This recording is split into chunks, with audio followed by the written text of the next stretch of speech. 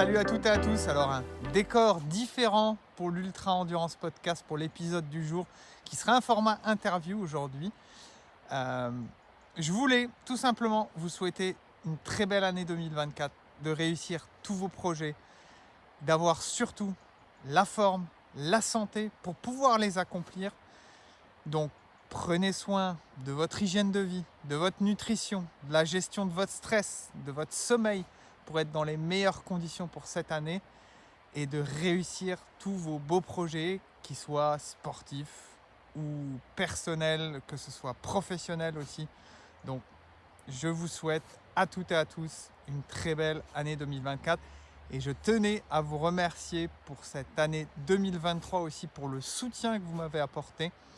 Euh, Comme je l'ai dit dans un post sur Instagram et sur Facebook, c'est un de mes moteurs, la force que vous pouvez m'envoyer. Moi, ça me donne de la force, donc je tire cette force dans vos encouragements. Donc continuez, n'hésitez pas à me faire parvenir vos encouragements. Pour ce qui est des nouvelles au stage, j'en avais parlé sur le précédent podcast, donc le stage que j'organise avec Johan, qui va se dérouler à la fin du mois de mai, qui est sur Thonon-les-Bains. Il nous reste actuellement 2 places, donc ça part relativement vite. On est très content, ça s'est vraiment bien rempli. Et n'oubliez pas, il est aussi ouvert au côté féminin, donc les femmes sont bien évidemment conviées à ce stage, donc n'hésitez pas. Là pour l'instant on a plus une communauté quand même masculine et on aimerait bien remplir le côté féminin. Donc n'hésitez pas, on est là pour vous accompagner. L'année dernière, il y avait plusieurs femmes. Donc si vous avez besoin d'informations, vous pouvez nous contacter, lui et moi. D'un point de vue perso, au niveau sportif, je l'avais expliqué dans le précédent podcast aussi. Donc mon calendrier, il est déjà bien défini et j'en suis très satisfait. Et je prends toujours autant de plaisir à faire du gravel, à mettre en place une planification qui me pousse à aller à l'entraînement. Et j'essaye toujours de trouver des nouveautés qui vont me permettre d'exploiter réellement mon plein potentiel. On ne l'atteint jamais réellement, mais c'est ça qui est beau et c'est cette quête-là qui me passionne et qui guide vraiment le fil de ma vie. Donc je suis tout excité de cette saison 2024 qui s'annonce vraiment sous de meilleurs auspices. Et j'ai hâte de pouvoir faire cette première grosse épreuve gravel du côté des îles Canaries. D'un point de vue podcast, je vais faire évoluer un tout petit peu les formats. J'ai beaucoup parlé, moi, simplement, et j'aime bien aussi le côté interview. Donc, il y aura peut-être un petit peu plus d'interviews l'année prochaine sur des sujets d'ultra-endurance. J'aimerais interviewer des personnes sur le côté sommeil, sur bien évidemment des fois des spécifiques de la nutrition, qu'on puisse échanger ensemble, que je puisse aussi mettre des fois en confrontation mes propres idées et ça permettra d'apporter toujours des réponses à vos questions. Donc là, je vous souhaite une bonne écoute de ce nouveau podcast avec Mathieu Lambert qui est très intéressant, un sport scientist comme dit, donc comment utiliser la science dans l'ultracyclisme pour être le plus performant possible. Et on va voir que, bien évidemment, il y a la science qui nous apporte des clés, mais la science sans le terrain, ça ne marche pas non plus. Donc on va l'évoquer dans ce podcast. Voilà pour la petite introduction. Prenez soin de vous. Encore une fois, une très belle année 2024 et à bientôt.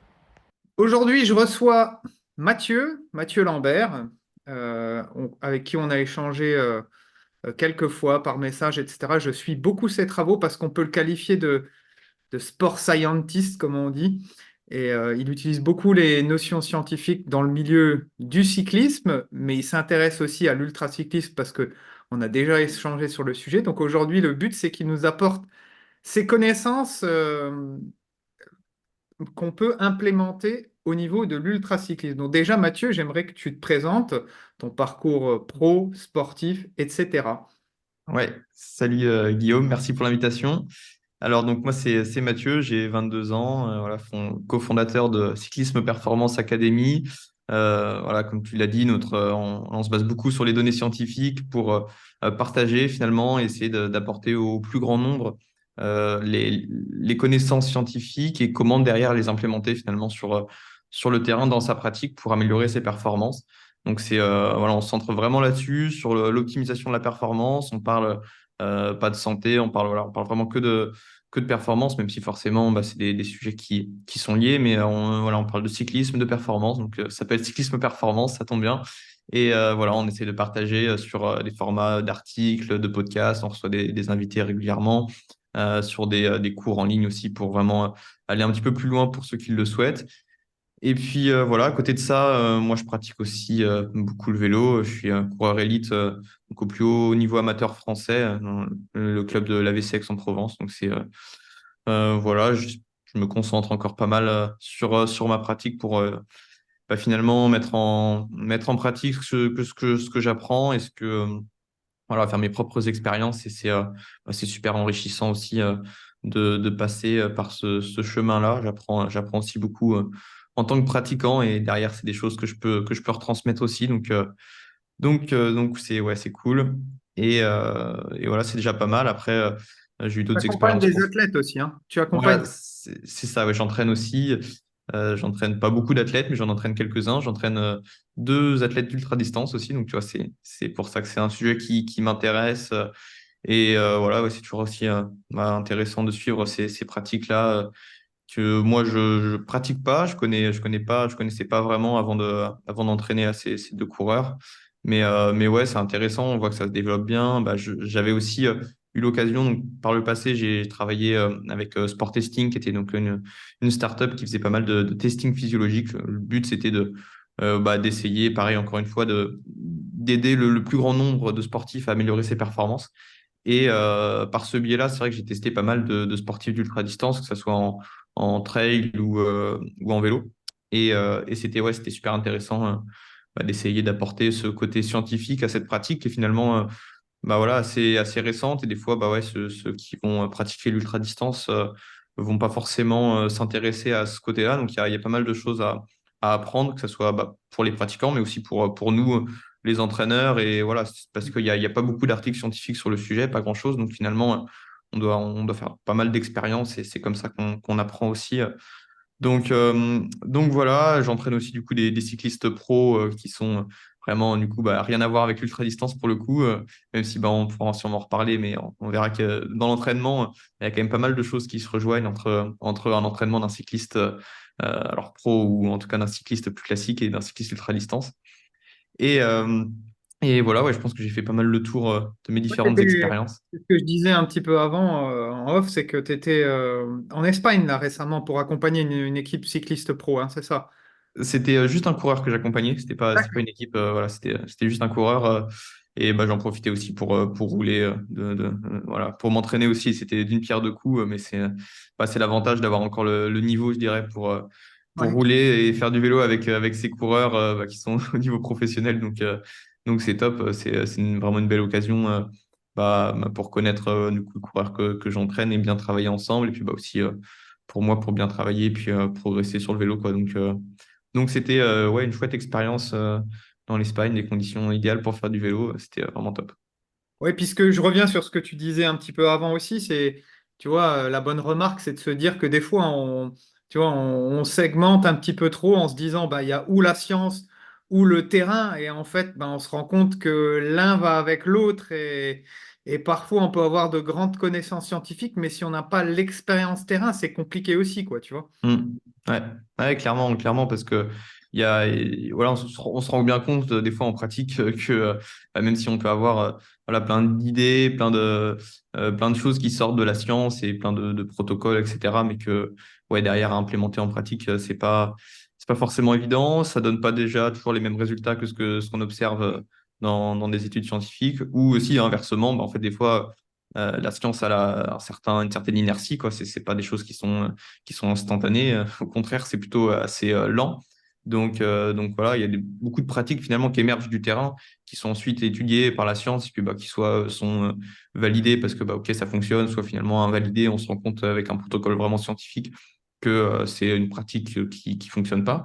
Mais voilà, finalement, la plupart des techniques d'entraînement émergent du terrain et c'est étudié derrière par des universités. Voilà, c'est plutôt dans ce sens-là, finalement, que la science qui envoie des nouveaux protocoles sur le terrain.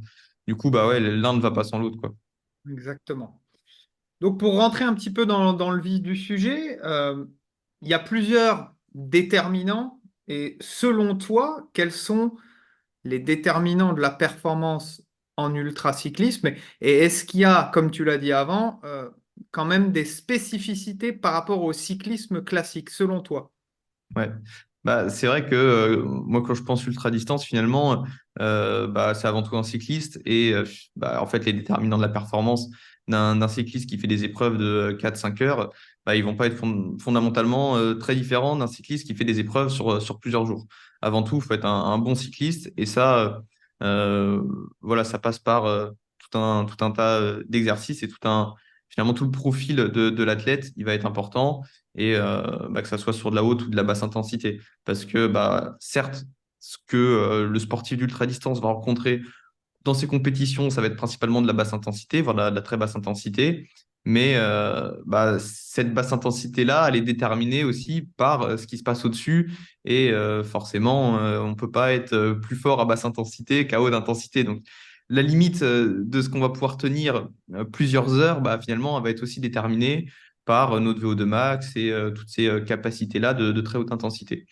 Donc, bah, finalement, voilà, les déterminants de la performance d'un cycliste classique, bah, on pense forcément au VO2 max, qui est le volume maximal d'oxygène qu'on est capable d'utiliser dans nos muscles. Donc celui-là, il est super important pour la très haute intensité parce que bah, finalement, quand on fait de la très haute intensité, on est limité par la quantité d'oxygène que nos muscles vont pouvoir utiliser. Mais voilà, du coup, ça, c'est un petit peu la base de la performance. Après, c'est pas un facteur qui est non plus déterminant entre deux cyclistes voilà, au départ d'une épreuve d'ultra-distance. C'est pas celui qui a le plus haut VO2 max qui gagnera l'épreuve. Mais quand même, entre celui qui a 35 de VO2 max et celui qui a 65, forcément, celui qui a 65, il ira plus vite. C'est obligé. Donc pourquoi celui qui a 65 de VO2 max ira plus vite? Bah parce que c'est pas parce qu'il va faire l'épreuve d'ultra-distance à 65 millilitres par kilo d'oxygène inspiré sur les 10 heures ou plus d'efforts, mais parce que du coup, bah, en fait, il va avoir une économie du pédalage qui va être meilleure, il va avoir des seuils qui seront forcément aussi Plus haut? meilleurs, donc ça veut dire que voilà, il va être bah, plus capable d'utiliser le lactate, par exemple, bah, d'avoir des fibres aussi musculaires plutôt plus oxydatives, donc plutôt type 1, des fibres qui vont être très endurantes et très, très résistantes à la fatigue. Donc finalement, voilà, il y a tous ces paramètres-là qui vont être importants pour performer pour un cycliste classique et pour un cycliste ultra-distance. Après, le truc en plus, je dirais pour le cycliste ultra-distance, même s'il est valable pour tout le monde, mais c'est aussi être capable d'encaisser une certaine charge quand même aiguë, vraiment, qui va être très, très importante. Et là, clairement, bah, la santé aussi des articulations, du genou, etc., qui va être primordiale. Donc, ça passe aussi par un travail, moi, je pense, de renforcement, etc. Et puis, ouais, une bonne santé en général qui sera primordiale, quoi. Le facteur que je dis souvent, c'est aussi le facteur en fait durabilité qui est important dans ces épreuves d'ultra-distance-là. Ouais, et puis, ouais, alors plus que durabilité, finalement, moi, comment je le vois, c'est la capacité plus à répéter des efforts intenses avec la fatigue. Finalement, en ultra-distance, ça va être plus de limiter, enfin, de perdre de moins en moins en fatigue, mais finalement, il n'y a pas vraiment d'effort intense quand on fait une épreuve d'ultra-distance. Enfin, tu me dis si je me trompe, mais en fait, on dépasse assez peu si on parle en watts, je sais pas, pour quelqu'un, voilà, un homme de 70 kilos, il va peu dépasser les 300 watts, j'imagine, sur une épreuve d'ultra-distance.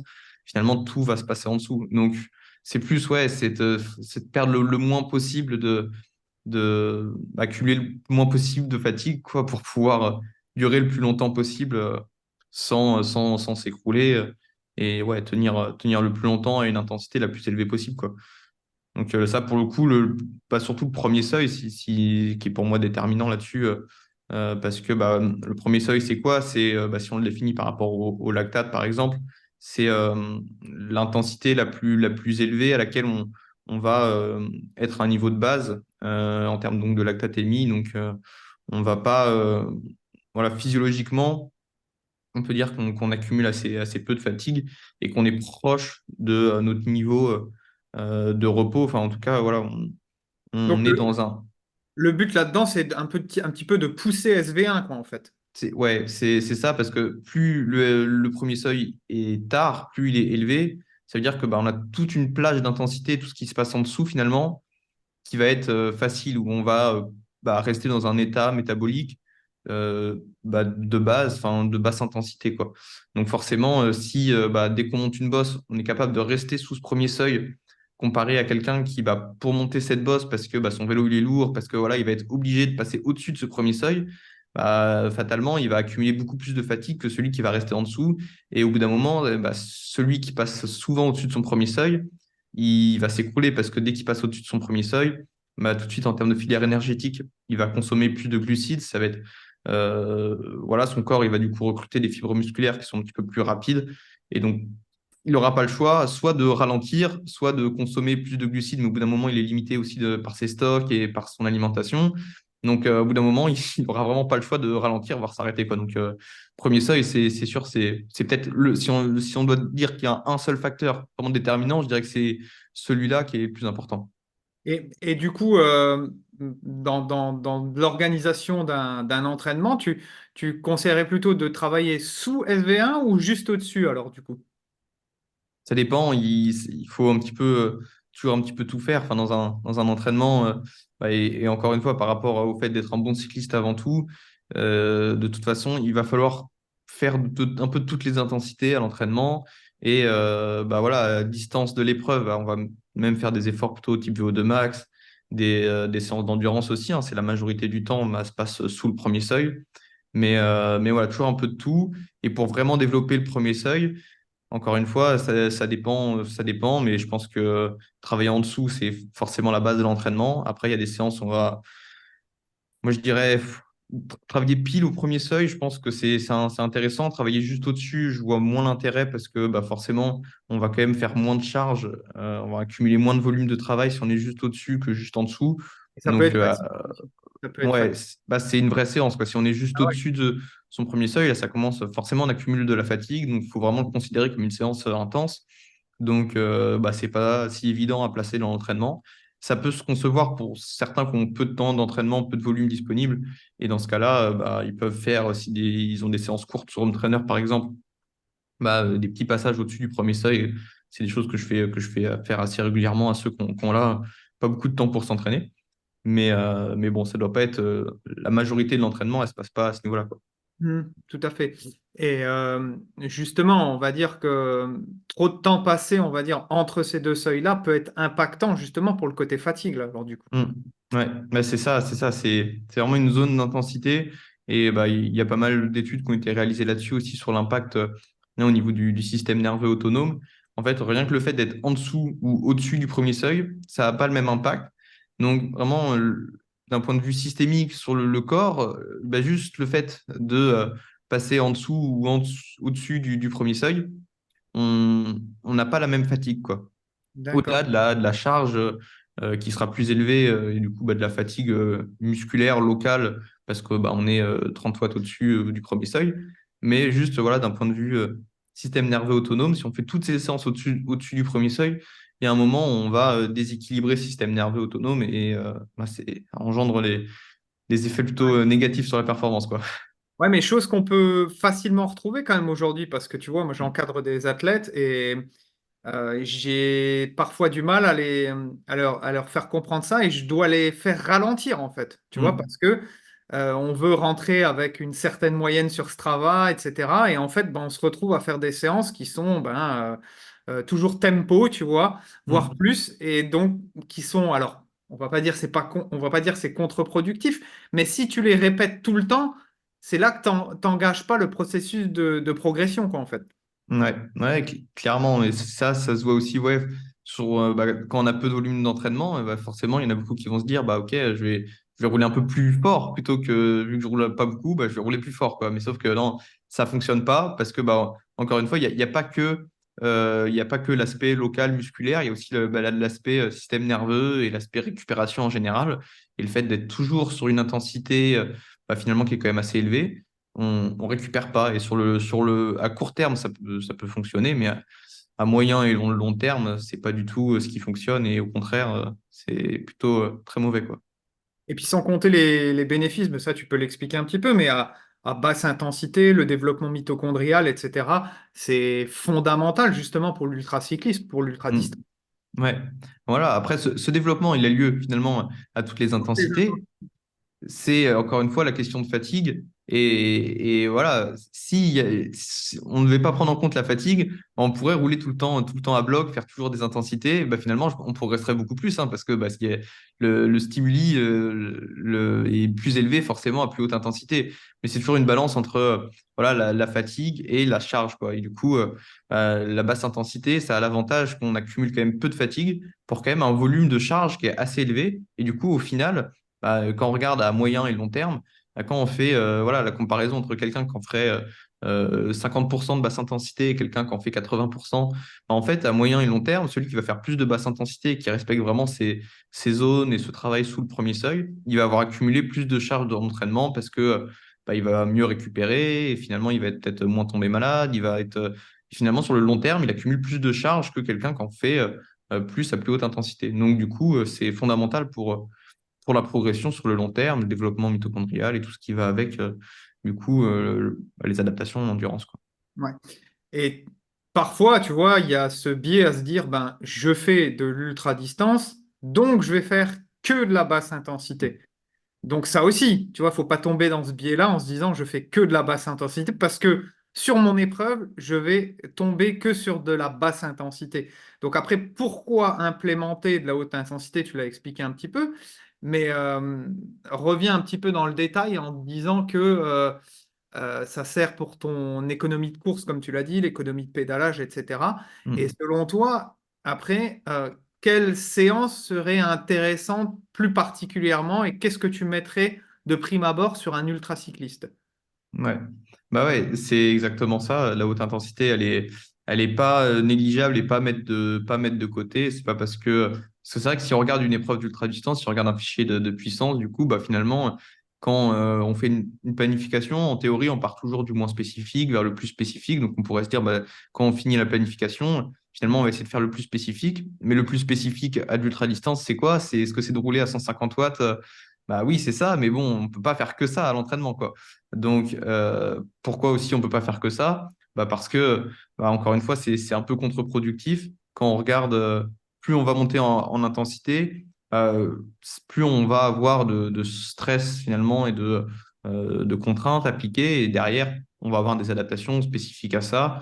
Et le retour sur investissement, quand on fait un petit peu de haute intensité, il est super, super intéressant. C'est pour ça qu'il y a plein d'études qui montrent que voilà, les modèles polarisés, pyramidales, etc., c'est le plus efficace pour performer en endurance parce que, en fait, ne serait-ce qu'un tout petit peu de haute intensité, c'est un retour sur investissement qui est super intéressant. Et dès qu'on l'enlève, en fait, on perd relativement beaucoup plus que si on en faisait un petit peu. Enfin, c'est vraiment pas à éviter, quoi, clairement. C'est à ajouter à son entraînement.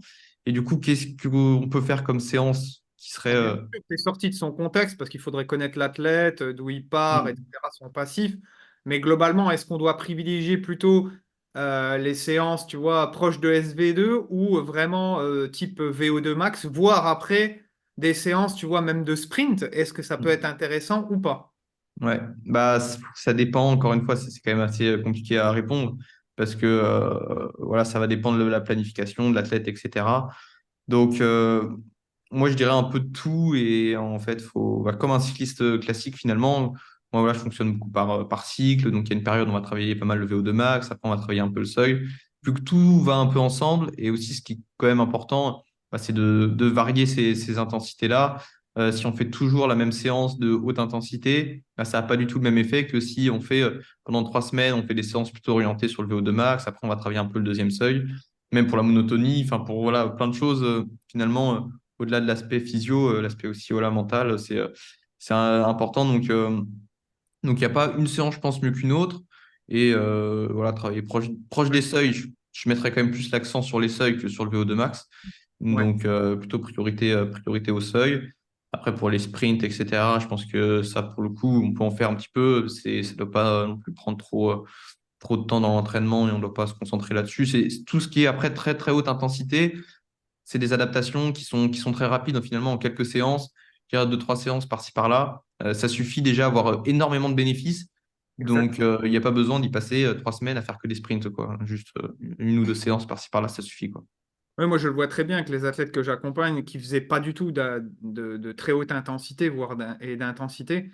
Bah, rien qu'en 1 ou 2 mois, on voit des bénéfices déjà Mm. incroyables, quoi. Mm. Euh, ça corrobore bien ce que tu dis en disant que bah, c'est indispensable, même en étant sur de l'ultra-distance, quoi.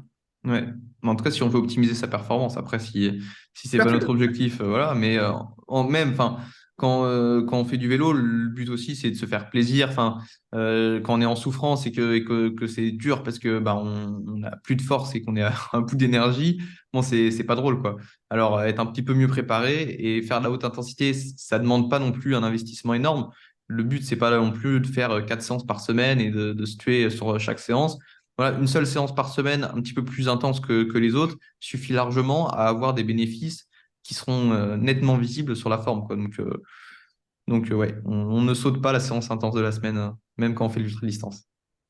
Tu vois, moi qui viens à la base du trail et de l'ultra-trail, dans mes planifications, et c'est comme ça que j'accompagne les personnes, c'est-à-dire la période plutôt, on va dire, euh, moins proche, par exemple, à un objectif, tu vois, sur la période d'été, je Mm. préférais justement privilégier tout ce travail un petit peu de technique, de haute intensité, au deuxième seuil, etc., plutôt sur la période hivernale, un peu moins loin Mm. de l'objectif.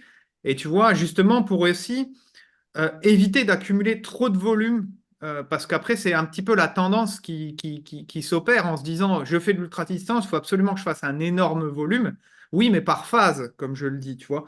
Et donc, plus on se rapproche quand même de l'objectif, plus c'est là que je rajoute un maximum de volume. Toi, comment tu verrais, par exemple, là, on est dans la période hivernale, si on a un gros objectif, un 1 000 km, par exemple, qui va se faire sur la période juillet-août, est-ce que tu raisonnerais comme ça aussi, du coup? Ouais. Ouais, clairement, clairement, c'est exactement ça. Mes deux coureurs d'ultra-distance, là, je pourrais leur demander. Je pense qu'ils font des bonnes séances intenses en ce moment sur Home Trainer ou dehors Oui. s'ils peuvent, si les conditions sont bonnes. Mais non, la période s'y prête bien en plus, voilà, parce que bah, sur Home Trainer, des séances très intenses, ça passe finalement assez bien.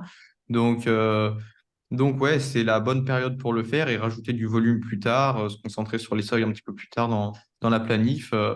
Non, c'est comme ça que je fais aussi. C'est ce qui fait le plus sens parce que bah ouais, c'est quand même le moins spécifique, la très haute intensité. On n'en aura pas besoin sur les compétitions en ultra. Donc, par contre, les seuils, bah, finalement, ils vont mieux se développer si on a fait déjà une bonne base de très haute intensité, que notre VO2 max est bien élevé. Bah, forcément, après, quand on va faire les séances de seuil, ça passera mieux et on part déjà d'un niveau qui est plus élevé que si on n'avait pas fait de séance VO2 avant. Donc ouais, c'est comme ça que je fais aussi. Ok, ok. Et on entend beaucoup parler tu vois, de musculation aujourd'hui, de renforcement musculaire. Alors, moi, je suis un adepte aussi, pareil, avec les athlètes que j'accompagne. Je leur fais faire soit du renfo déjà, ou soit de la musculation, parce que il y a une différence aussi, c'est-à-dire qu'aujourd'hui, il y a beaucoup de choses qui ressortent en termes de musculation lourde qui t'apporteraient quand même des bénéfices. Maintenant, moi, ce que j'ai peur des fois avec ça, c'est que tu vois, je ne suis pas forcément derrière l'athlète et lui dire faut faire des squats à 5 répétitions avec une charge lourde. Au niveau de la technicité, ça demande quand même, tu vois, un bagage technique par Mm. rapport à ça pour quelqu'un qui ne l'aurait pas fait. Donc, je suis assez prudent aussi. Est-ce que toi, tu penses que déjà, simplement de faire du renforcement, c'est déjà intéressant? Et est-ce que la musculation, c'est réellement quelque chose qui te fait quand même passer un cap si tu utilises des charges additionnelles? Ouais, c'est une bonne question. Je pense que avant tout, ce qui est important pour l'athlète d'ultra et même enfin, pour tous les athlètes finalement, c'est de pratiquer quand même déjà pas que du vélo. Donc, bah, finalement, l'athlète d'ultracyclisme qui fait aussi un peu de course à pied, par exemple, est-ce qu'il a besoin de faire de la musculation lourde en plus? bon, je pense pas. Ça pourrait effectivement lui apporter sur la performance. Je pense que ça lui apporterait un petit peu. Après, on parle quand même de petits pourcentages et ça ne sera pas une énorme différence. Ce qui fera une grosse différence, par contre, c'est qu'il ne se blesse pas, qu'il soit robuste et qu'il ait des genoux en bonne santé, des hanches en bonne santé, etc. Et le fait de faire un peu de course à pied ou un peu de ski, un peu de renfo, enfin tout ça, ça va participer au fait que sur le vélo, il soit plus solide entre guillemets, enfin qu'il soit plus robuste voilà, à tenir les charges d'entraînement. Ouais, puis le Donc problème aussi excuse-moi, je te coupe, mais le ouais. problème aussi de ce qu'on appelle la densité minérale osseuse. Parce que Oui. c'est quand même intéressant d'avoir des chocs, des petits chocs articulaires via la course à pied ou alors avec la musculation quand même lourde ou du renforcement. Ça peut être un petit peu de pliométrie aussi, parce que chose qu'en vélo, enfin, on ne sollicite pas, quoi, tu vois. Ouais, ouais, c'est clair. C'est pour ça que ouais, je recommanderais pas de faire 100% du vélo toute l'année. C'est pas ce qu'il y a de plus sain et c'est pas ce qu'il y a de mieux non plus sur la performance. Donc, euh, donc voilà, aucun intérêt à faire que du vélo. Par contre, ajouter un peu de renfo. Alors, est-ce qu'il y a une grosse différence entre faire que du renfo plus simple et du renfo vraiment charge lourde? Je pense que voilà, il y a une petite différence forcément sur la performance, mais est-ce que ça vaut le coup de prendre ce risque pour un athlète ultra distance? Je suis pas sûr. Quelqu'un qui est expérimenté en muscu, évidemment, oui, il peut se lancer là-dedans et s'il connaît, il maîtrise, il n'y a pas de souci. Mais oui, si c'est quelqu'un qui débute, tout de suite le mettre sous des charges lourdes, je pense que ça vaut pas forcément le coup, quoi.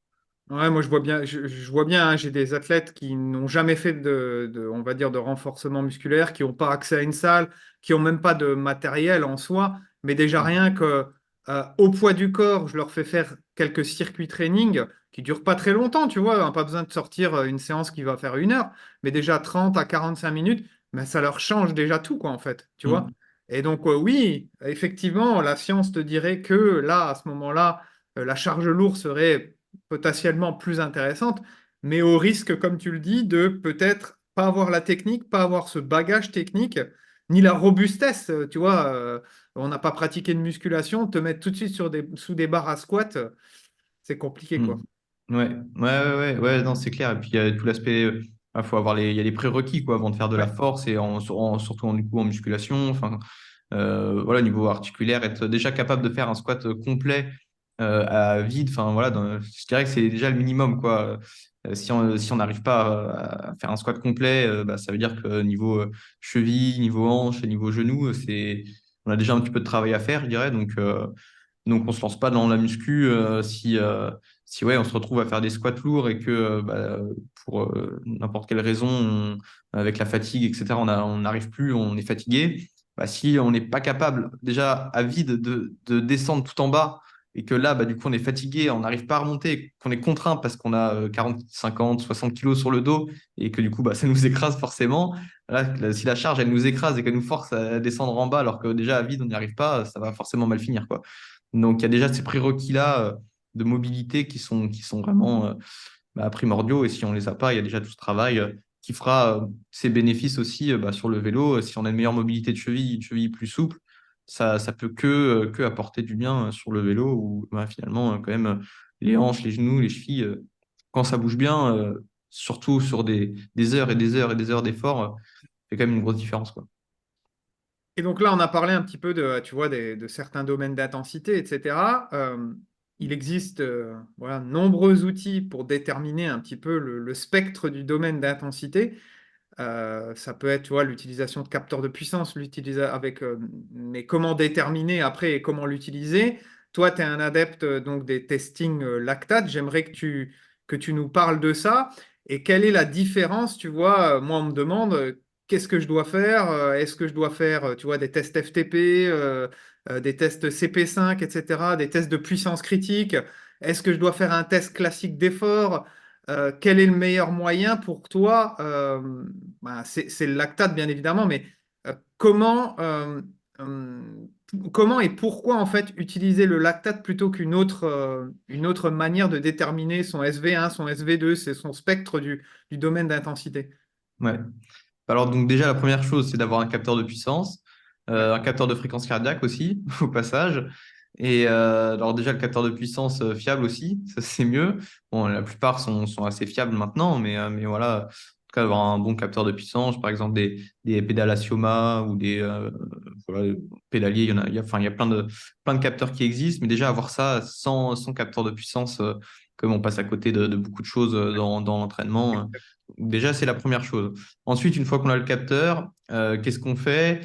Moi, évidemment, enfin, évidemment, j'en ai pas encore parlé, mais du coup, je suis plutôt sur le lactate. C'est vrai que pour moi, ça fait pas mal de temps que je l'utilise. J'ai pu utiliser, du coup, aussi enfin, plein de méthodes de testing physio quand j'ai travaillé avec Sport Testing auparavant.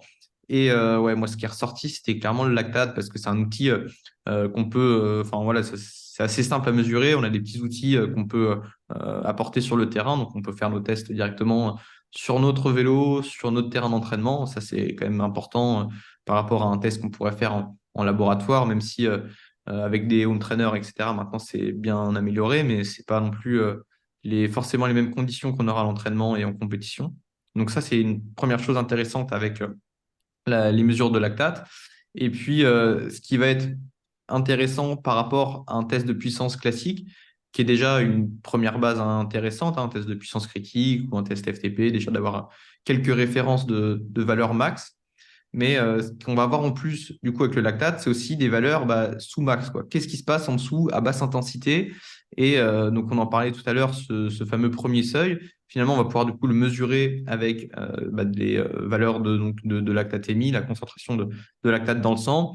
Dès qu'elle commence à augmenter, c'est qu'on est passé notre premier seuil. Donc, on va le déterminer comme ça directement sur le terrain. On va associer ce premier seuil à une puissance et derrière, on pourra suivre nos progrès quand on refait d'autres tests lactate, savoir qu'est-ce qui a progressé. Est-ce que ouais, ça fait 6 mois que je m'entraîne, mon premier seuil, comment il a évolué, mon deuxième seuil, comment il a évolué, j'ai fait ça, qu'est-ce qui a impacté exactement nos progrès. Et ça, c'est des choses qu'on ne peut pas mesurer autrement qu'avec le lactate finalement. Quand on fait un test 20 minutes à fond, on sait si on a progressé ou pas sur 20 minutes à fond, mais on ne sait Oui, pas si on a progressé oui. sur les 6-10 heures d'effort, ça, on ne le sait pas.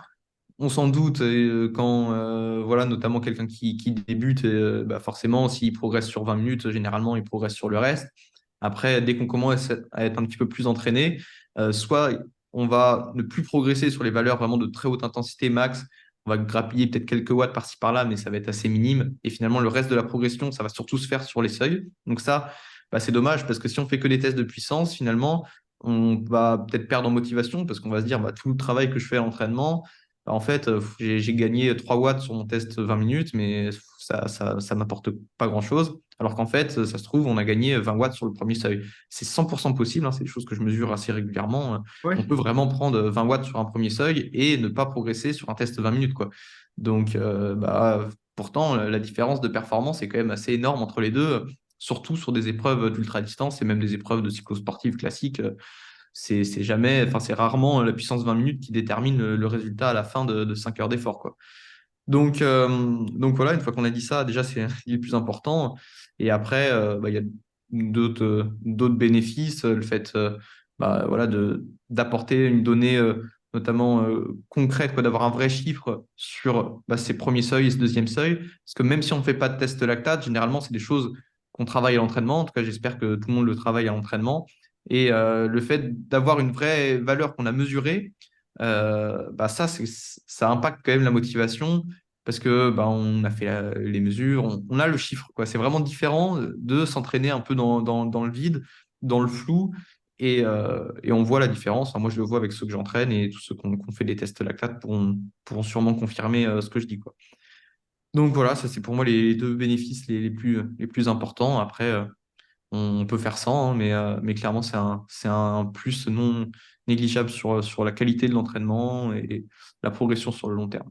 J'ai d'ailleurs vu une vidéo d'un athlète que tu encadres où vous avez fait ces tests lactate, du coup, parce que là, on a parlé de l'intérêt, mais comment en fait le mettre en place aussi, tu vois? C'est-à-dire que là, tu l'as accompagné, lui, sur le terrain, mais c'est tout à fait possible. Je reprends l'exemple alors je ne sais plus son prénom, mais je suis des fois un petit peu ses vidéos et tu as collaboré, je crois, avec lui. Il a une chaîne YouTube qui s'appelle Les Watts. Ouais, ouais, Cédric. Voilà, Cédric. Et lui fait ses prises de lactate seul. Donc, Mm. comment ça se passe sur le terrain pour déjà, qu'est-ce qu'il faut comme matériel, qu'est-ce qu'il faut comme outil, et comment le mettre en place sur le terrain du coup? Ouais, ouais, bah même moi, hein, je fais mes mesures tout seul. J'ai pas quelqu'un qui me suit toujours pour mesurer mon lactate. Donc ça se fait très bien et il y en a beaucoup qui le font. Alors, je sais qu'il y a beaucoup qui le font parce que j'ai fait notamment donc, un cours en ligne pour Ouais. enseigner et vraiment ouais, apprendre comment faire ses propres mesures de lactate, faire ses propres tests, les analyser, etc. Parce que bon, il y a quand même beaucoup de choses à dire. Voilà, je sais qu'il y a beaucoup de gens qui ont suivi ce cours en ligne et beaucoup qui ont pu le mettre en place derrière. Bah, ça me fait toujours plaisir quand j'ai des retours comme ça dans ma boîte mail. Voilà, que parfois, on me dit, ouais, j'ai fait ces tests, j'ai progressé, tout ça. Donc c'est cool, ça me fait super plaisir. Après, voilà, c'est des choses qu'on peut faire tout seul. C'est finalement pas si compliqué. Il faut un petit peu de pratique. Voilà, les premières fois, c'est peut-être pas évident. Mais voilà, avec de l'organisation, ça se fait assez bien avec un appareil qui coûte un certain prix quand même, hein. C'est un investissement. Voilà, si on veut un bon appareil, c'est quand même autour des 400 euros. Plus, il faudra acheter à chaque fois des bandelettes, hein, ce qu'on va mettre dans l'appareil et ce qui va absorber le sang et ce qui va derrière nous permettre d'analyser la mesure. Bah ça coûte aussi de l'argent. C'est un investissement qui, je pense, vaut le coup parce que après, voilà, une fois qu'on a acheté l'appareil, on l'a et ça va durer quand même assez longtemps et on va pouvoir faire tous nos propres tests. On n'a pas besoin parce que voilà, si on va faire un test dans un laboratoire, à l'hôpital, etc., bah, ça coûte quand même une certaine somme.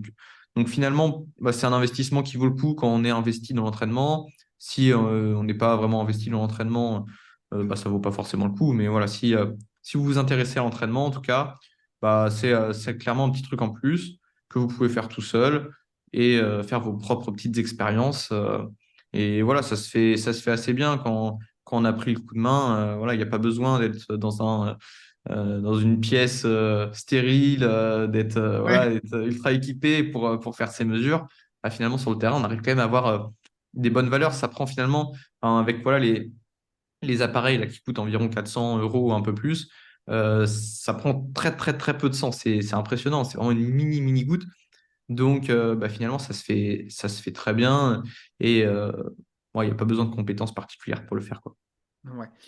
Et du coup, une fois qu'on détermine ben, ce SV1 et puis le domaine un petit peu les domaines d'intensité, c'est-à-dire que on part sur une épreuve d'ultra distance, on a une valeur beaucoup plus fiable qui nous permet donc de tenir plus longtemps à une zone qui nous permettrait d'aller au maximum de notre potentiel sur un format ultra distance, quoi, du coup.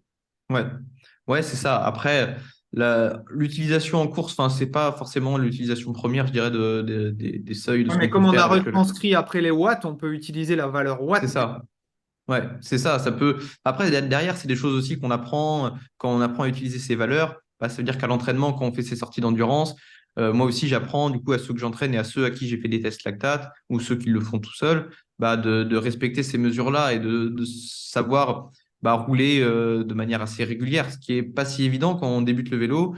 Bah, finalement, quand tu as sûrement dû voir ça aussi chez ceux que tu entraînes, quand tu vois le fichier de puissance, c'est que des pics, c'est jamais vraiment lissé, quoi. Et ça, déjà, c'est la première chose à apprendre. Et quand on a ces valeurs de lactate, justement, bah, on sait que dès qu'on dépasse ce premier seuil, physiologiquement, c'est pas la même chose. Et donc, si en fait, à chaque fois, on monte un col, par exemple, et qu'en moyenne, on fait 30 minutes à notre premier seuil, mais que dans ces 30 minutes-là, on fait que au-dessus, en dessous, au-dessus, en dessous, en Ouais. dessus, c'est pas du tout la même chose. Quand c'est une relance à un stop ou après un feu rouge, etc., quand c'est une fois de temps en temps, ça change rien. Mais quand c'est pendant tout un col, dès qu'on se met en danseuse, on va mettre 100 watts de plus et que dès qu'on se rassoit, on met 100 watts de moins. Clairement, tout ça, c'est des choses qui s'apprennent et qui se font avec l'expérience. Mais le fait d'avoir ces valeurs-là, on va clairement pouvoir les utiliser pour se dire, bah, faut que je sois un petit peu discipliné parce que en fait, dès que je dépasse cette valeur, c'est physiologiquement pas la même chose. Donc forcément, ça fait la différence sur des heures et des heures d'effort, ça fait une belle différence, quoi. Exactement. Je pense que niveau entraînement, on a fait quand même le tour. Maintenant, tu vois, il y a quand même bah, d'autres notions, bien évidemment, mais il y a une notion qui est particulière et qui est fondamentale pour moi en ultra distance, c'est quand même le côté nutrition. Tu vois, Mm. alors, on entend un petit peu tout et n'importe quoi. Tu as fait aussi d'ailleurs des formations hein, sur ton site sur comment s'alimenter, mais plutôt, on va dire, en cyclisme pur. Euh, on entend beaucoup aussi parler, tu vois, de régime cétogène et je voudrais que toi, tu apportes ta réponse scientifique sur le sujet par rapport aussi à toi, ton expérience perso, les athlètes que tu accompagnes, etc. Est-ce que, parce que je reçois beaucoup cette question-là, et j'ai fait des articles sur le sujet, voilà, mais je veux ton avis, c'est est-ce que c'est intéressant d'avoir un régime cétogène et de ne s'alimenter, on va dire, en graisse à l'effort plus que d'utiliser des glucides, tu vois? Ouais, bah c'est vrai que c'est une question que je reçois aussi souvent. C'est une question qui doit intéresser. Bah, globalement, dès qu'on touche à la nutrition, ça intéresse quand même beaucoup. J'ai souvent des questions sur la nutrition. Donc ouais, alors j'ai pas pu lire tes articles. Du coup, je ne connais pas ton avis. Alors, tu auras mon avis. Voilà. On verra si on est d'accord ou pas.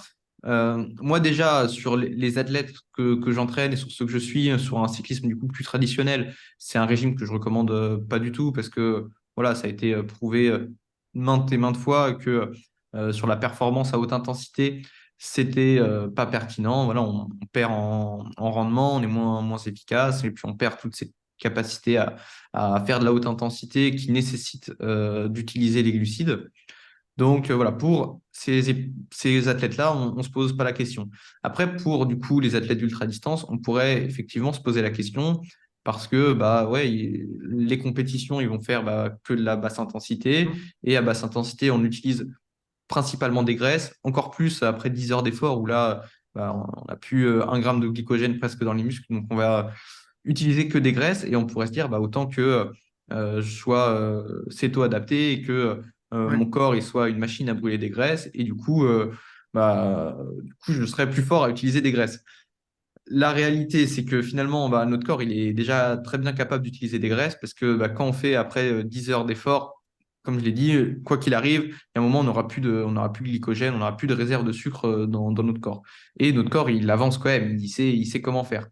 Alors voilà, quand on est bien entraîné, finalement, plus on est entraîné, plus on est bon à utiliser des graisses parce que qu'est-ce qui explique qu'on va utiliser des graisses quand on roule à 150, 200 watts? C'est tout le système oxydatif, donc le nombre de mitochondries qu'on va avoir dans nos muscles, les enzymes spécifiques, etc., qui vont nous permettre d'être efficaces et d'utiliser ces graisses-là. Donc plus on est entraîné déjà, ça, c'est sûr et certain pour entre quelqu'un qui est débutant et quelqu'un qui a des années de vélo. Celui qui a des années de vélo, même si il mange beaucoup de glucides dans son alimentation, sur son vélo, etc., il sera meilleur à utiliser des graisses que celui qui est débutant, même s'il est céto-adapté ou voilà, il fait un régime cétogène. Celui qui est très entraîné il sera forcément meilleur. Donc voilà, après le régime cétogène, moi je trouve que c'est assez peu de bénéfices pour quand même beaucoup de contraintes et voilà sur toute la vie, enfin c'est quand même beaucoup de contraintes si on le fait à 100% pour peut-être peu de bénéfices. Si voilà, en ultra distance, effectivement, ça paraît pertinent parce qu'on fait que de la basse intensité, donc pourquoi pas, mais je suis pas sûr qu'il y ait un réel bénéfice Non. ou s'il y en a un qui est infime, c'est quand même beaucoup d'investissement et derrière de contraintes pour pas grand-chose. Et je reviens aussi sur ce que tu disais par rapport au fait que je fasse des formations plus pour les cyclistes traditionnels. En fait, dans ces cours-là, ce que je vais apprendre, c'est comment s'alimenter sur le vélo pour faire de l'intensité et des sorties de 3 à 4 heures. Mais en fait, comme on l'a dit aussi, le cycliste d'ultra-distance, il va aller faire ces séances-là, il va avoir Exactement. besoin d'être un bon cycliste et du coup de faire des séances de haute intensité, etc. Et pour faire ces séances de haute intensité et c'est sorti de 3 heures, 4 heures. Il faut aussi manger sur le vélo. Et il y a en fait une différence qui est énorme de qualité d'entraînement et de récupération entre quelqu'un qui fait des séances de haute intensité avec des glucides dans son bidon, dans ses poches et qui va manger, qui ne garde pas que dans ses poches, et celui qui va rien manger du tout. Clairement, on va pouvoir s'entraîner un petit peu plus dur, un peu mieux récupérer. Et si on regarde à moyen et long terme, la différence entre les deux personnes est immense. Donc c'est surtout là que moi je vois le, le fait que un régime cétogène c'est moins pertinent. C'est plus finalement pour la période d'entraînement que la période de compétition en elle-même, où là ça paraît plus cohérent de faire un régime cétogène, mais sur la partie entraînement qui va Ah, bien précéder, sûr. qui va nous permettre d'être un très bon cycliste, ça va être bien plus facile d'être un très bon cycliste sans régime cétogène qu'avec régime cétogène, quoi. Tout à fait, tout à fait. Et puis après, bah, bien évidemment, tu vois, aujourd'hui, il y a certains cyclistes qui peuvent manger jusqu'à 120 grammes de glucides par heure d'effort, on parle de ça. Bien évidemment, sur une épreuve d'ultra-distance, c'est pas reproductible sur, voilà, si on part sur des 15-20 heures d'effort. Mais moi, j'aime bien dire que, comme tu l'as dit, profiter de ça à l'entraînement, habituer ce qu'on appelle l'entraînement digestif, tu vois, à Mm. pouvoir avoir un maximum de glucides à l'effort, décaler un petit peu cette fourchette en se disant, je veux essayer d'augmenter mes apports, ben, ça permet sur le long, pour moi, de réduire un petit peu cette fourchette-là, mais d'avoir une fourchette sécuritaire qui ne provoque pas de problème au niveau du système digestif aussi, parce Mm, que tu mm, seras mm. entraîné. Et chose que si tu fais que du régime cétogène, donc tu ne seras pas capable d'oxyder tes glucides, tu Mm, vois. mm, Donc mm. tu es segmenté que seulement dans un des spectres.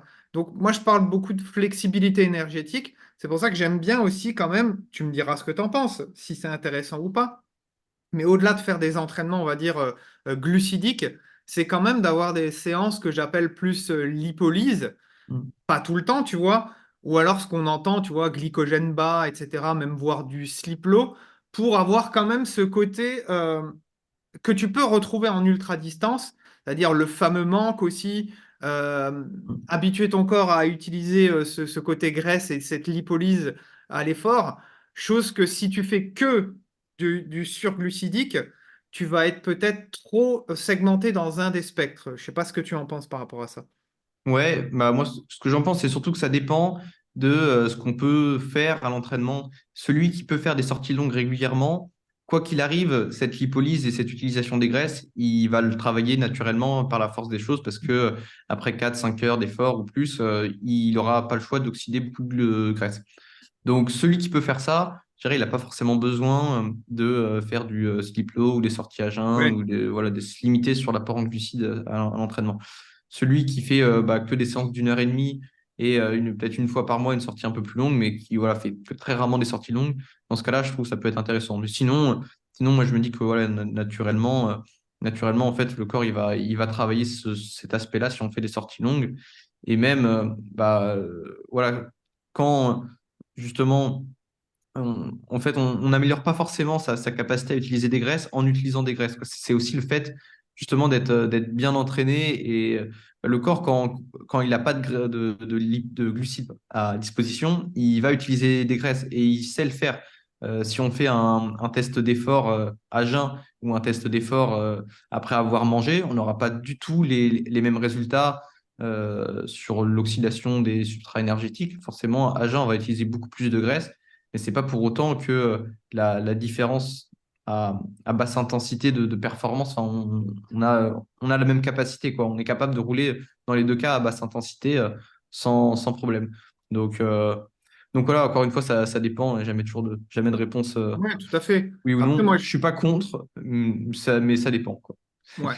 Après, moi, c'est aussi pour le côté, tu vois, là, je rentre dans d'autres cadres, mais le côté un petit peu psychologique, tu vois, Mm, de se dire sur des formats ultra distance, c'est un petit peu des fois compliqué de retrouver à manger.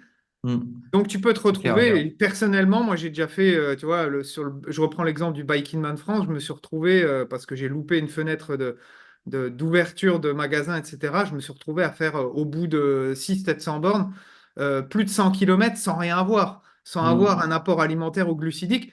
Donc, au bout de temps et temps de temps, tu te dirais, ah mince, si t'es pas habitué des fois à te retrouver un mm, petit peu en dette énergétique et de savoir ce que c'est de rouler sans forcément avoir une alimentation, tu vois, bah, sur le mm, côté psychologique, ça joue. Alors oui, effectivement, sur le côté physiologique, pas trop d'intérêt, on va dire, de faire des séances 4-5 heures sans glucides qui vont être mm, impactantes, parce que ce que tu disais avant aussi, c'est que l'alimentation que tu vas donner à l'effort, ça participe par anticipation à ta récupération mm, derrière.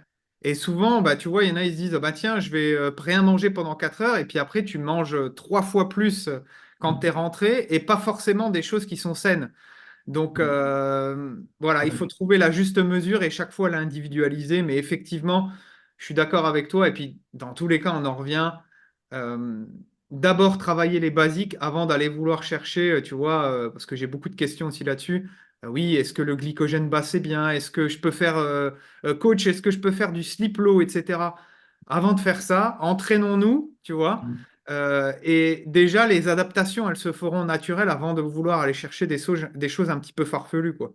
Ouais, ouais, c'est ça. Et bah, toi, pour ce que tu disais par rapport au fait que ouais, on va faire 4-5 heures sans manger, on va rentrer, on va tout casser. Mais il y a ça. Et il y a aussi le fait que ouais, si on fait 4-5 heures du coup sans apport de glucides, au bout d'un moment, le corps il va utiliser majoritairement des graisses, mais il a quand même besoin toujours d'un tout petit peu de glucides. Et Mm. quand on va avoir épuisé nos propres réserves, bah, il va quand même se faire des glucides. Et dans ce cas-là, il va utiliser des protéines. C'est Ouais. un process qui n'est pas du tout efficient et qui est en plus pas du tout bon sur la récupération, parce que si on utilise des protéines, c'est nos muscles. Et du coup, bah, il y a le ouais, double peine, quoi. L'impact sur la récupération qui est très mauvais parce que on va dégrader des protéines. Et en plus, bah, le fait qu'après la sortie, on est super faim et que bah, pendant 5-6 heures après la sortie, finalement, on peut manger sans s'arrêter. Il n'y a pas de, il y a pas de limite, on a toujours faim, quoi. Donc finalement, il n'y a pas trop d'intérêt à faire ça régulièrement. Après, à faire ça je pense effectivement, comme tu dis, d'un point de vue psychologique, là, ça a certainement son intérêt, mais ça ne doit pas être tous les week-ends, toutes les sorties longues comme ça, quoi. Et puis après, tu vois, je pars un petit peu de aussi, moi, de l'alimentation du quotidien où je trouve que c'est le socle, tu vois. Et que c'est ça aussi qui détermine, parce que tu vois, j'ai souvent des athlètes qui ont ce peur un petit peu du manque, ou qui sont ce que j'appelle un petit peu glucodépendants, tu vois, parce que au quotidien, ils apportent peut-être trop de glucides de mauvaise qualité, tu vois, et qu'ils ont du mal au quotidien justement à avoir déjà cette capacité un petit peu de lipolyse, alors sans rentrer dans une stratégie cétogène, mais moi j'aime bien quand même parler de stratégie un petit peu notamment quand on n'a pas forcément d'entraînement, mais un petit peu low carb. Mm. Qu'est-ce que toi tu penses par rapport à ça? Plutôt, tu vois, répartir ces hauts apports en glucides autour des efforts et éviter d'être dans la surabondance quand même au quotidien pour déjà avoir cette flexibilité que tu travailles dans ton Mm. alimentation. Ouais. Bah oui, c'est certain, hein, même rien que pour l'aspect gestion du poids, enfin, Ouais, si on se gave de glucides à longueur de journée, même quand on s'entraîne pas, ça peut pas bien finir, quoi. Ou alors c'est au détriment d'autres nutriments, parce que bah, forcément, si on mange des glucides, bah, c'est peut-être d'autres nutriments qu'on mange pas, c'est peut-être des protéines qu'on mange pas, des lipides qu'on mange pas, et il faut quand même en manger pour la bonne santé. Donc, si on mange tout, ça veut dire sa quantité de protéines, sa quantité de lipides, et qu'en plus on se gave de glucides, bah, la quantité d'énergie qu'on va manger par rapport à la quantité d'énergie qu'on va dépenser, ça sera peut-être une balance qui ne sera pas en équilibre et on risque de prendre du poids. Donc il y a ça forcément à prendre en compte. Et voilà, je pense que déjà, c'est important dans son alimentation d'assurer quand même un apport minimum en protéines, c'est bien sûr. important, un apport en lipides. Et puis bah, derrière, les glucides, finalement, c'est là-dessus qu'on peut jouer. Bah, ouais, quand on va s'entraîner un peu plus intensément, on va manger plus de glucides. Par contre, bah, quand on fait que de la basse intensité, finalement, on n'a pas besoin de manger énormément de glucides dans son alimentation quotidienne, hein. Il n'y a pas besoin de se gaver de glucides. C'est surtout quand on fait voilà, de la très haute intensité qu'on a besoin de recharger un petit peu plus. Et encore, hein, pour un athlète, je dirais, d'ultra distance, pour qui c'est pas non plus, il va pas faire des séances de folie sur de la très haute intensité. Il a vraiment pas besoin de se gaver de glucides dans son alimentation quotidienne, quoi. C'est important qu'il en ait sur ses séances, pendant le vélo, parce que là, ça fait une différence entre ne pas en avoir et en avoir un petit peu. Mais voilà, dans son alimentation quotidienne, c'est toujours, ouais, ça dépend du programme d'entraînement, de tout ça, quoi, de Bien sûr. de sa vie active aussi, de ce qu'on fait comme travail. Voilà. Mais dans mes accompagnements, je joue que sur ce curseur-là aussi, tu vois. C'est-à-dire que je touche rarement, on reste toujours sur une fourchette plus ou moins pareille sur les apports en protéines et en lipides. Et où on ajuste le curseur, c'est foncièrement en fonction des entraînements sur les glucides, quoi, tu vois. Ouais. Donc, voilà. Euh, Question encore par rapport à l'alimentation. J'entends quand même pas mal de choses, tu vois, sur la différence. J'ai écouté un podcast d'ailleurs là-dessus où ils en parlaient sur, bon là on a parlé, tu vois, des apports en glucides à l'effort par heure d'effort, et beaucoup des fois raisonnent en termes de calories. Est-ce que toi tu penses que c'est intéressant ou pas? Bah Forcément. après, si c'est des calories qui viennent de glucides, à la fin, ça revient au même. Ouais, Mais bah, autant raisonner directement bien sûr, c'est en ce que grammes je de pensais, glucides, ouais. ça me paraît plus simple. Après, ça revient au même finalement. Mais après, ça dépend d'où viennent ces calories, quoi. Nous, ce qu'on veut, c'est surtout des glucides pendant l'effort. Donc, si c'est des calories de lipides, c'est pas du tout la même chose pour le coup. Donc, Et justement, par rapport à ça, parce que tu vois, il y a certaines marques qui se lancent justement sur cette vague, tu vois, c'est pour ça que je veux en venir là-dessus. Ouais. C'est sur cette vague à se dire que ils orientent un petit peu leur marketing sur le côté apport en calories plus qu'en Hmm. glucides, tu Ok. vois. Et donc, pour en revenir au point qu'on dit, ben, il vaut mieux apporter des glucides qui vont aussi t'apporter donc du coup des calories et qui seront Hmm. beaucoup plus efficaces et beaucoup plus pertinents. Donc, tout ce qui est apport simplement en lipides, qu'est-ce que tu en penses, toi, à l'effort, du coup? J'ai la réponse déjà, mais qu'est-ce que tu en Hmm. penses? Ouais, bah c'est pas très utile parce que finalement des réserves en lipides, on en a déjà suffisamment dans notre corps. Donc si notre corps a besoin de lipides, il va savoir où aller piocher. Alors que les glucides, bah, comme je l'ai dit, dès qu'il en a plus, le corps, il va finalement devoir aller en fabriquer et il va devoir passer par les protéines. Et là, c'est pas top, quoi. Donc autant apporter des glucides parce que ça, il en a besoin. Des protéines, bah, ça dépend. Si on fait 3-4 heures de vélo, on n'a pas besoin de protéines. Mais si on part pour 10 jours d'effort et qu'on va faire une épreuve très longue, là, je vous conseille quand même de prendre un peu de protéines. Ouais. Mais voilà, après, du coup, c'est en règle générale, quand on s'entraîne, en tout cas, uniquement des glucides, quoi. Bon, ben voilà. Écoute, je pense on a fait le tour de tout ce que je voulais voir. Si tu aurais un conseil en particulier à donner pour quelqu'un qui se lance dans l'ultra-distance, qu'est-ce que tu lui dirais de prime abord de privilégier et quel conseil tu lui donnerais pour réussir son épreuve? Bah, je dirais d'investir dans un capteur de puissance s'il ne l'a pas déjà. Et puis d'investir dans un coach aussi s'il ne l'a pas déjà. Parce que voilà, les deux, capteur de puissance et coach, bon, on s'assure quand même de progresser, d'être bien suivi, et de pas faire de gagner du temps aussi, quoi. Forcément, quand on est suivi par quelqu'un d'expérience, que ce soit voilà, du coup, sur le vélo, mais aussi sur l'aspect nutrition, enfin, ça peut apporter que du positif sur notre progression et sur le plaisir qu'on prend aussi à faire du vélo. Si voilà, on fait pas des erreurs, voilà, et notamment s'entraîner, faire que des sorties sans manger, par exemple. Bon, voilà, je pense que c'est une erreur qui peut coûter cher et qui impactera la progression, mais aussi le plaisir qu'on prend à faire du vélo. Donc ouais, je dirais d'investir dans un suivi par un entraîneur et éventuellement un capteur de puissance si vous ne l'avez pas déjà. Exactement. Et si peut-être, bon, après on a parlé, voilà, des déterminants qui sont autour de l'entraînement, la nutrition, etc. Bien sûr, il y a tous les facteurs mentaux, mais ça, on va pas rentrer là-dedans. Mais juste un dernier point qui pourrait conclure, c'est, on me pose aussi beaucoup de questions sur, tu vois, les études posturales. Est-ce que tu conseillerais, tu vois, là, tu as conseillé un capteur puissance, etc. Est-ce que une étude posturale ça c'est plus sur le côté matériel du coup, est intéressante ou pas sur de l'ultra-distance ou même pour un cycliste classique, quoi, du coup. Ouais, c'est une bonne question. Faut trouver les bonnes personnes, ce qui n'est pas forcément évident. Mais oui, ça peut apporter que du bien. Si jamais, ouais, c'est compliqué, j'allais dire, si jamais on a un doute, il faudrait essayer de voir plusieurs avis, etc. Mais oui, être bien posé sur sa machine, c'est super important. Et après, ouais, Et quand on n'a pas de problème, tu vois, par exemple, je reprends mon exemple perso, j'ai fait une étude posturale l'année dernière, je suis revenu en arrière sur certains points parce que ça m'a plus perturbé qu'autre chose. Et en fait, j'avais aucune problématique sur le vélo de tendinite ou quoi que ce soit, mais je voulais juste me dire, je veux optimiser encore ma position pour être plus performant, tu vois. Dans ce cas-là, si ton vélo, tu te sens bien dessus, etc., est-ce qu'une étude posturale, c'est intéressant ou pas, tu vois? Il y a plusieurs choses. Sur l'aspect confort, si on se sent bien et qu'on n'a pas de soucis de blessure et d'inconfort, non, ça sert à rien. Après, on peut aussi chercher la performance et optimiser d'un point de vue plus aéro. Dans ce cas-là, c'est des prestations qui sont plus rares et je pense que ça va se démocratiser Ouais. à moyen terme de faire vraiment du test aéro aussi et d'optimiser sa position sur ce côté-là. Parce que en ultra, on pourrait se dire on va pas très vite, ça fait pas grand-chose de différence. Mais si on vise quand même la performance, même à 30 km/h, l'impact aéro est non négligeable, surtout sur Alors, plus de 10 heures d'effort. Ça fait une hmm. différence qui peut être vraiment folle, quoi. Donc il y a des choses à creuser aussi de ce côté-là. Voilà, c'est pas encore ultra démocratisé pour l'instant et pas très très simple à creuser, mais du coup, il y a ces deux aspects. Et sur l'aspect, en tout cas, santé voilà, douleur, inconfort, je pense que si on n'a pas de soucis, non, il vaut mieux pas faire d'études posturales, ça servira pas à grand-chose. Bon, bah ok.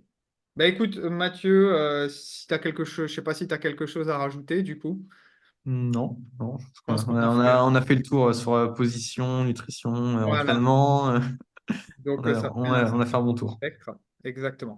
Bah, écoute, je te remercie pour le temps que tu accordes. J'invite à tout le monde à aller te suivre parce que ce que tu proposes, c'est réellement intéressant avec toute ton équipe, hein, parce que c'est pas seulement toi, mais c'est aussi une Mm. équipe, hein, qui est derrière. Donc, c'est la Cyclisme Performance Academy, c'est ça? C'est ça. C'est ça, ouais, c'est ça. Donc, avec mes deux associés, Rémi et Maxime, et puis on a un alternant là, qui arrive dans l'équipe aussi là, depuis quelques semaines. Donc voilà, hein. Je suis pas tout seul et ça nous permet de faire encore plus de contenu, d'aider le plus de monde encore. Donc c'est top.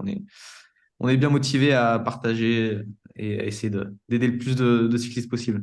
Oui, parce qu'il y a un podcast, mais il y a aussi une newsletter que je Mm. reçois là toutes les semaines. Enfin voilà, il y a des formations aussi pour ceux qui veulent Mm. se former, comme on l'a dit, au lactate ou alors à la nutrition sportive et puis la musculation aussi. Tu avais fait un module Ouais, là-dessus. ouais, ouais. Mm. Puis il y a tout un tas de contenus déjà gratuits et puis des formations, etc. Donc je vous invite à aller suivre ça, c'est très intéressant. Voilà. Ouais, bah, merci Guillaume, à bientôt. Et puis... Eh ben à bientôt. Merci à toi.